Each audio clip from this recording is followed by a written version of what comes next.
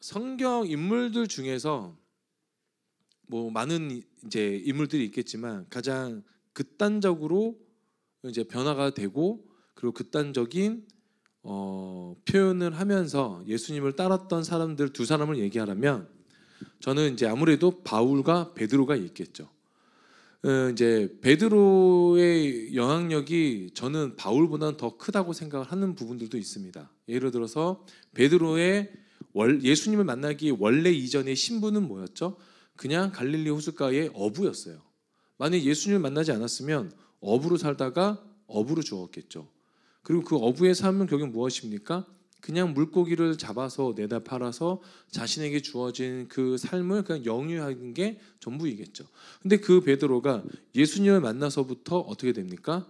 교회에 이제 기독교의 가장 시초가 되는 그 반석이 되는 역할을 감당을 했고, 그리고 더 나아가서는 많은 이방인과 유대인들에게 복음을 전하는 복음의 도구로서 온전하게 쓰임을 받았죠. 그러니까 반석이라는 단어가 쓰인 사람이 베드로고, 이제 그 사람이 그 베드로가 예수님을 통해서 한 일들을 보면은 무리를 걸은 최초의 인간이자 최초로 예수님이 하나님의 아들이심을 고백한 사람이기도 하고 최초로 예수님에게 욕을 먹은 사람이기도 하죠. 참 다양한 역할을 감당한 사람입니다. 근데 오늘 베드로후서는 베드로가 함께 믿음을 가진 사람들에게 편지를 하고 있는 거예요. 왜냐하면 그 교회에 그 믿음을 가진 자들이 함께 모여 있는데 뭔가 그 믿음에 희석되어져 가는 것들이 있기 때문에 그것을 경계하고 또 권고하고 권면할 것들이 있다는 거죠. 자, 우리 먼저 함께 보기 원합니다. 1절 함께 보겠습니다. 시작. 예수 그리스도의 종이며 사도인 시몬 베드로는 우리 하나님과 구주 예수 그리스도의 의를 힘입어 동일하게 보배로운 믿음을 우리와 함께 받은 자들에게 편지하는. 자, 누구에게 편지한다고 합니까? 우리 하나님과 구주 예수 그리스도의 의를 힘입어 동일하게 보배로운 믿음을 가진 자들이고요. 그러니까 굉장히 귀한 믿음이라는 거죠. 근데 이 중요한 건 믿음은 우리 스스로 우리가 성장시킬 수도 없고 우리가 스스로 가질 수도 없다라는 거예요. 예수님이 의로우신 예수님을 통해서만 우리에게 주어진다는 거죠. 그러니까 믿음을 성장시킨다는 건 뭐냐면 믿음을 성장시키고 성숙시킨다는 건 내가 예수 안에 있느냐 없느냐의 차이가 크다는 거죠. 그리고 또 하나는 내가 예수를 알고 있느냐는 거예요. 그 단서가 2절과 3절에 나옵니다. 함께 읽겠습니다. 시작. 하나님과 우리 주 예수 그리스도 예수를 알므로 은혜와 평강이 너희에게 더욱 많을지어다. 여기까지 볼게요. 자, 뭡니까? 하나님과 우리 주 예수를 알므로 은혜와 평강이 너희에게 더욱 많을지어다. 안다는 사실이 굉장히 중요해요, 여러분. 여러분, 안다는 거는 서로가 서로에 대한 이미지와 어떤 성품과 성향과 성격들을 다 공유됐다는 거죠. 예를 들어서 여러분, 우리가 눈에 보이는 어떤 연예인, TV에 나오는 연예인들을 우리는 알죠. 하지만 그 사람이 우리를 알까요? 모르죠. 그게 팬이라는 겁니다. 근데 제자는 뭐라고 표현하냐면 우리가 그 사람에 대해서 알지만 그 사람도 상대방도 우리에 대해서 다 알고 있다는 거죠. 그게 관계성이에요. 우리가 아무리 연예인들에게 호응을 하고 그리고 그 연예인들에게 우리가 많은 이렇게 선물을 하고 뭔가 에너지를 소비한다고 해도 중요한 것은 그 사람이 우리를 아는 경우는 굉장히 드물고 극히 일부분이라는 거죠. 그러나 하나님은, 예수님은 우리가 하나님 예수님을 아는 것만큼 그분도 우리를 알아주신다는 거예요. 호세아서 6장 3절에 보면 뭐라고 나오냐면 우리가 여호와를 알자. 어떻게 알자고 하죠? 힘써 여호와를 알자 그래요. 이스라엘 백성들이, 호세아서에 나오는 이스라엘 백성들이 그들이 망한 이유는요, 하나님을 몰랐기 때문에 망한 거였어요. 그러니까 하나님을 아는 사실과 하나님을 모른다는 사실은 우리 인생의 성공의 유부가 함께 또 유불리가 나온다는 기도 하는 거죠. 여러분, 예수님을 알아가기 위해서 좀 많은 에너지를 소비하기 소망합니다. 저는 그 정도의 소비는 필요하다고 봐요. 근데 그게 뭐 여러분에게 막 얘기하는 뭔가 행함을 얘기하고 뭐 억지로 뭔가 행위를 얘기하는 게 아니라 그분을 알기 위해서 여러분이 하셔야 될 기본적인 것들을 얘기하는 거예요.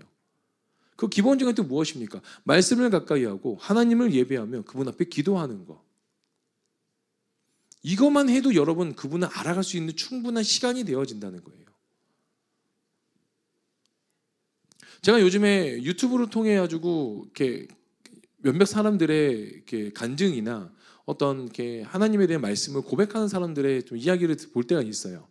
근데 그 중에 이제 간혹 가다 보면 뭐가 있냐면 말씀을 요약해서 올려주고 계시는 분들이 계세요. 뭐 사모님이 있을 수도 있고 어떤 이제 뭐 전도사님이나 목사님이 있을 수 있는데 그거 5분 10분짜리도 여러분 듣기가 시간이 어려우신가요? 아니에요, 여러분. 내가 마음이 없는 거죠. 누군가를 안다는 거는 그만큼 그에 대한 마음이 있다는 겁니다. 그러니까 여러분 하나님을 더 알아가시는 삶이 되시기를 소망합니다. 예, 자 3절 함께 하겠습니다. 3절 4절 함께 하겠습니다. 시작. 그의 신기한 능력으로 생명과 경건에 속한 모든 것을 우리에게 주셨으니 이는 자기의 영광과 덕으로서 우리를 부르신 이름 암으로 알미하며. 자 똑같이 안다고 얘기 나옵니다. 자 4절 함께 하겠습니다. 시작.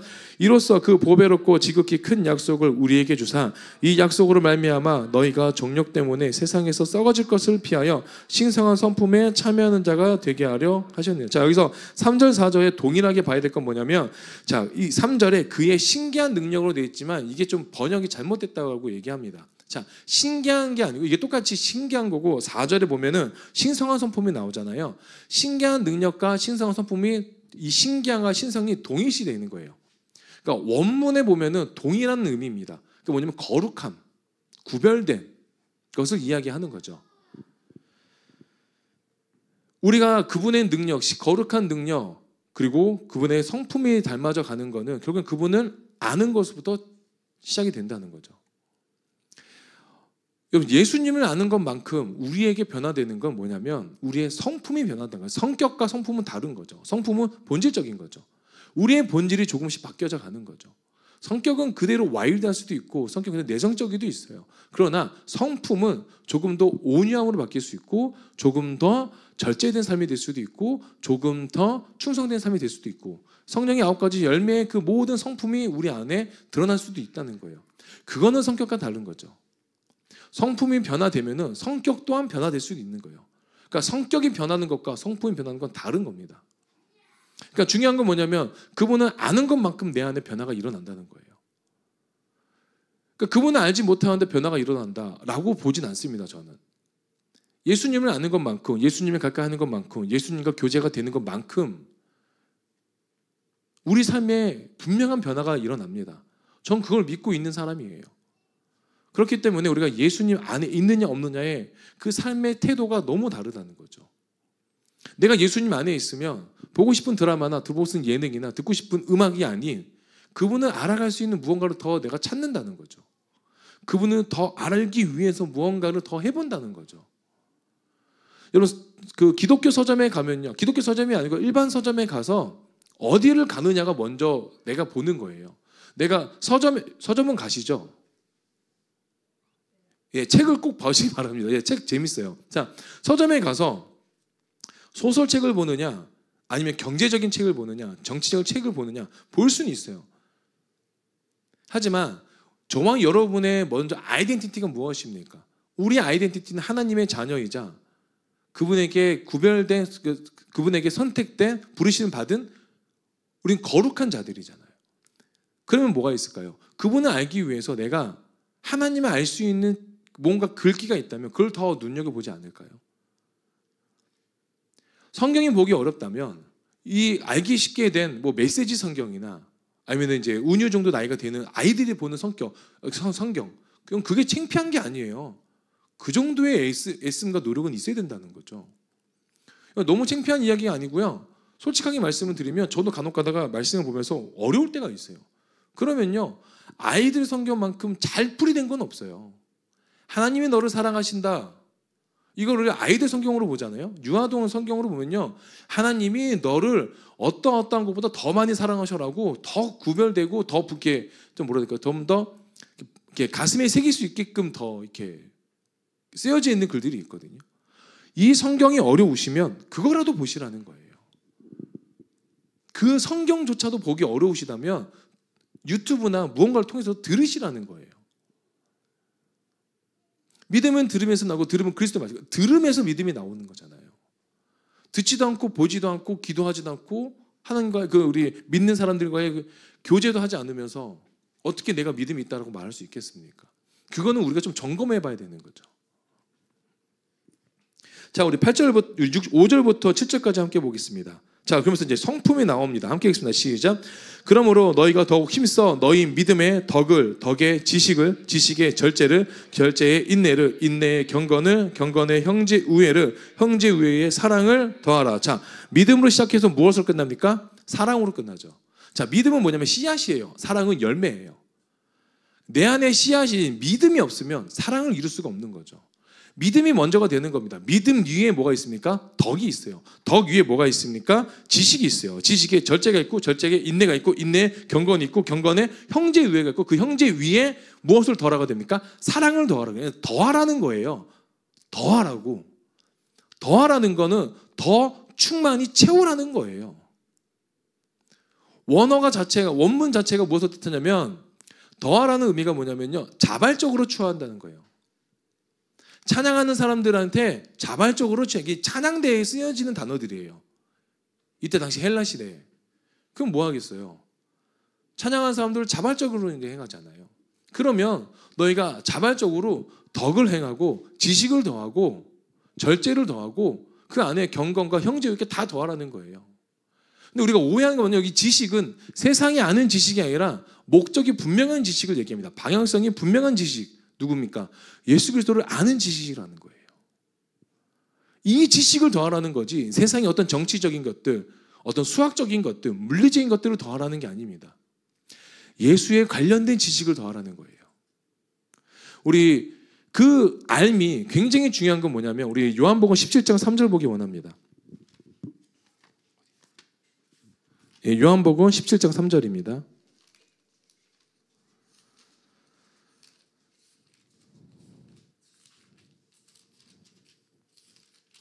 요한복음 17장 3절. 자, 영생에 대해서 이야기합니다. 함께 하겠습니다. 시작.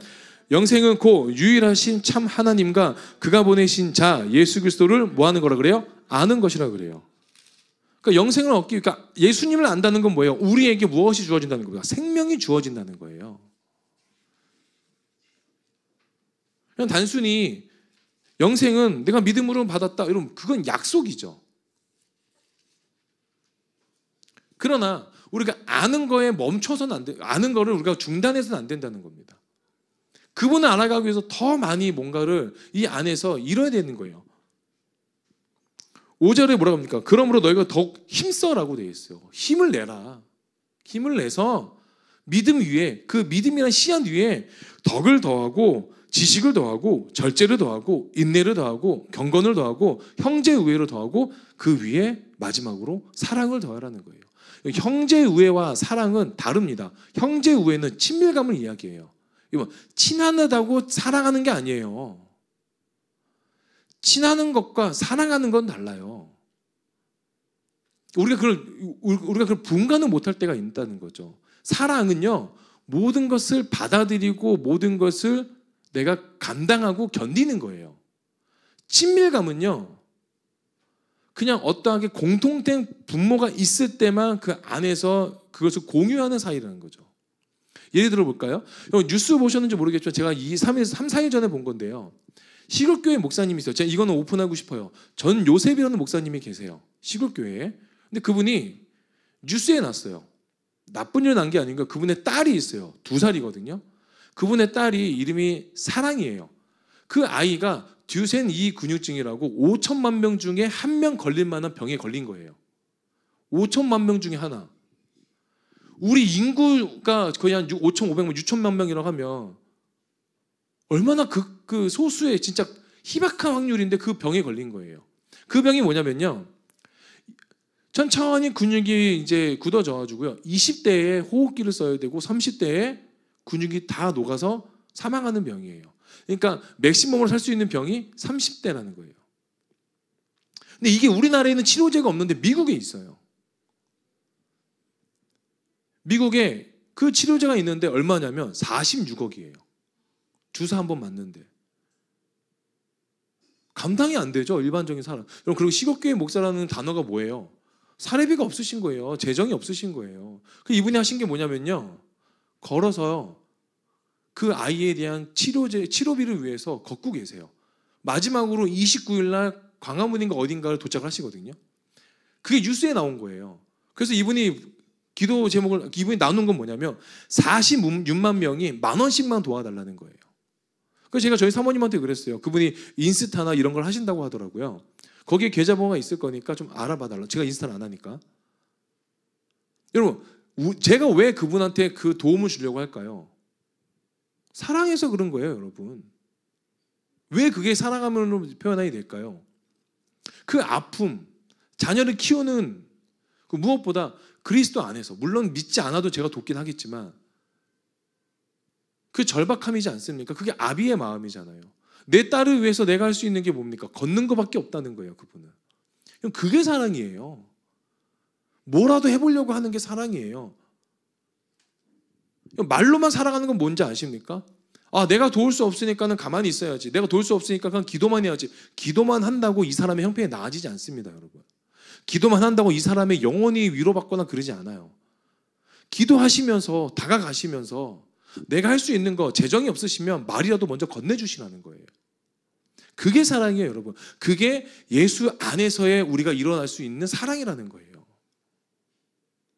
율법주의자들, 사두개인들, 바리새인들이 사랑했습니까? 그들은 절대 사랑 안 했어요. 그러니까 예수님 뭐라고 하십니까? 그들에게 이 독사의 자식들이라 그러잖아요. 왜 그들이 독사의 자식일까요? 그들이 율법을 어겼으니까. 그분은 율법을 지키기 위해서 부당에다 애썼던 사람들이에요. 뭐 이렇게 모세오경을 못 외웠습니까? 다 그걸로 자녀들 양육했던 사람들이에요. 말씀을 얼마나 잘 알았습니까? 근데 그들에게 뭐가 없었습니까? 사랑이 없었던 거예요. 사랑이 없으니까 어떻게 합니까? 가난한 자들, 안식일에 병 고친 자들을 긍휼히 여기지 않았어요. 안식일에 병 고치 받았으면 어떻게 안식일에 사람을 고치냐? 안식일에 어떻게 밀을 따먹냐? 하면서 어떻게 합니까? 정죄했다는 거예요, 여러분. 예수를 모르면 사람을 정죄하게 되는 거예요.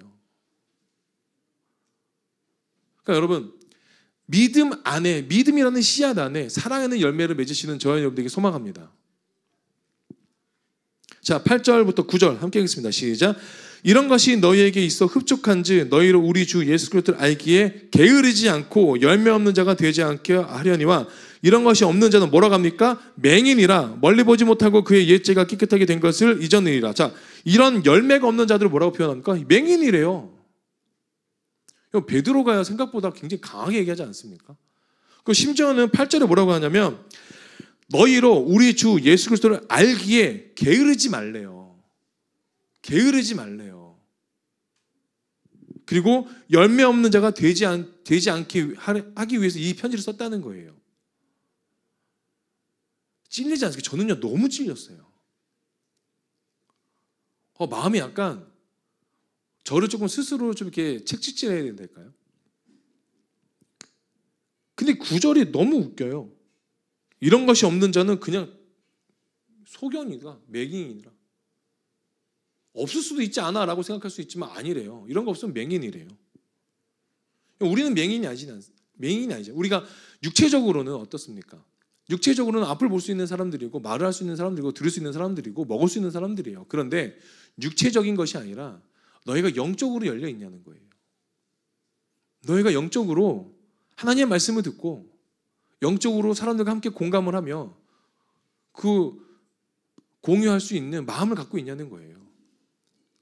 너희에게 집중하지 말고 너 스스로는 그리스도 안에 있으니 너에게 집중하지 말고 아직 그리스도 밖에 있는 자들, 그리스도 안에서 들어오지 못해서 허우덕대고 있고 힘들게 살고 있고 버거워하는 사람들에게 다가가서 위로해 주라는 거예요. 그들에게 사랑을 더하라는 거예요. 그게 이유가 뭡니까? 10절이에요, 여러분. 10절 굉장히 중요합니다. 함께 했습니다. 시작.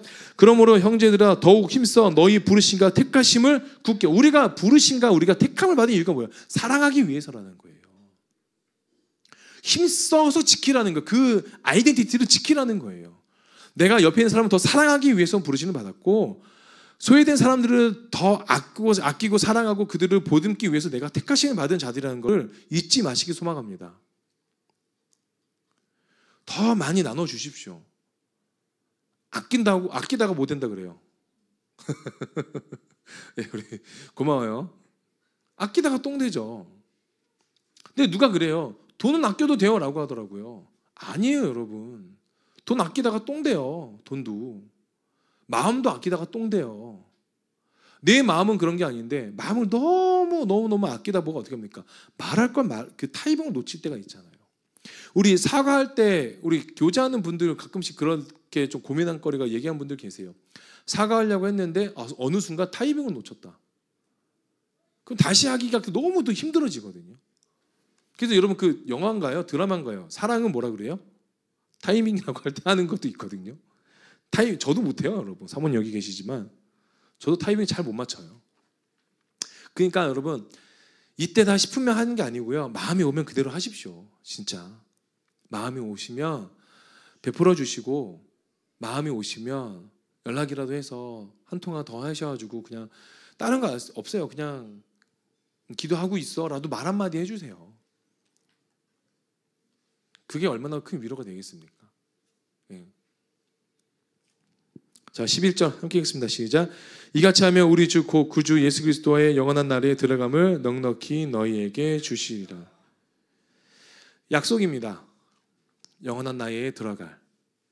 저와 여러분 이미 약속받은 사람들이고 그 약속을 또 받았기 때문에 우리가 넉넉히 살아갈 수 있고 넉넉히 이기면서 우리가 승리하면서 이 땅에서의 삶을 살아갈 수 있는 거죠. 여러분 중요한 거는 우리가 이 땅에서 살아가는 삶의 모든 목적과 이유는 하나님을 사랑하고 이웃을 사랑한다는 거예요. 자, 믿음을 성장시키기 위해서는 뭘 해야 될까 고민하실 거 없어요. 내가 옆에 있는 지체를, 중요한 거 있어요. 내 힘으로 사랑하는 것과 그리스도 안에서 들어오는 그 사랑 안에서 사랑으로 베푸는 거는 다르다는 거예요. 내 힘으로 하는 사랑은 제한적인 거고 유한적입니다. 그러나 그리스도 안에서 나를 통해서 뿜어져 나가는 사랑은 무한하면서도 제한적이지 않고 끝이 없다는 거예요. 그게 뭡니까? 계속 흘러갈 수 있게 된다는 거죠. 결국엔 저와 여러분은 그 사랑이 흘러가는 도구로서 사용되어지는 거고 그 사랑이 흘러가는 하나의 파이프가 된다는 거죠. 그 삶을 여러분이 잘 감당하시기 소망합니다. 우리는 맹인이 아니잖아요. 우리는 부르심과 택하심이 희미한 사람들이 아니잖아요. 우리는 명확한 사람들이지 않습니까? 우리는 예수님의 사람이고 예수님의 제자이고 하나님과의 온전한 부자관계가 이루어진 하나님의 자녀이자 그분 나라의 백성인 그런 아이덴티티가 명확한 자들이잖아요. 말씀을 좀 정리하겠습니다.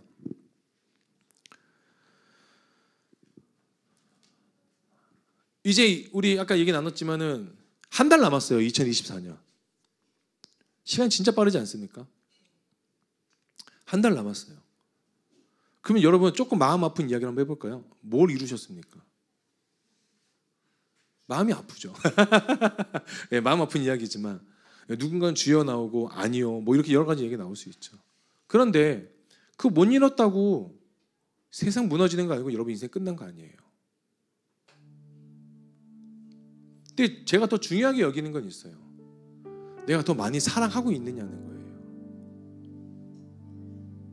내가 더 많이 이 올해 더 많이 베풀었는가, 더 많이 사랑했는가, 더 많이 하나님의 사랑을 고백했는가. 이제 한 달 남았어요, 여러분. 한 달 동안 쓸데없는 거 안 하셨으면 좋겠어요. 한 달 동안 정말 끊임없이 진짜 이 한 달 동안 죽어라 사랑하셨으면 좋겠어요. 여러분의 힘으로 한번 해보고 안 되면 하나님께 더 기도해서 그 안에 들어가서 또 한번 해보고 또 부딪히고 넘어지고 안 되면 내 힘으로 또 그게 제한적이라면 또 무너지고 깨어진다면 또 주님 앞에 나와서 무릎 꿇고 기도해서 또 그 사랑의 힘을 다시 한번 빌어보고 다시 한번 해보는 거예요. 제가 아까 말씀드렸던 그 전요셉 목사님의 아이 그 사랑이 여러분 골든타임이 있대요. 그 주사가 4살에서 5살 안에 맞아야 된대요. 여러분 정말 할 수만 있으면요 그분의 계좌라도 알아주고요 10,000원씩이라도 플로잉 하세요. 10,000원 어렵습니까? 10,000원이 어렵으면 1,000원이라도 하세요. 그분에게는요 그게 얼마나 큰 힘인지 모릅니다. 말로만 사랑하지 마십시오. 행함이 있는 사랑하시기 소망합니다. 정말 그걸 위해서 우리가 부르심을 받은 자들이잖아요. 그걸 위해서 우리가 택하심을 받은 자들이잖아요. 그 얼마나 감사합니까? 내가 뭐라고 나를 사용해 주시는 그 하나님의 은혜, 나를 그 사랑으로 흘려보내시는 그 하나님의 계획, 얼마나 감사합니까? 그 계획 안에 있는 저와 여러분이 그 계획을 이루시기 소망합니다. 말씀 생각하시면서 함께 기도하겠습니다. 주 하나님 아버지 감사합니다. 하나님 감사합니다. 그 사랑 안에 살며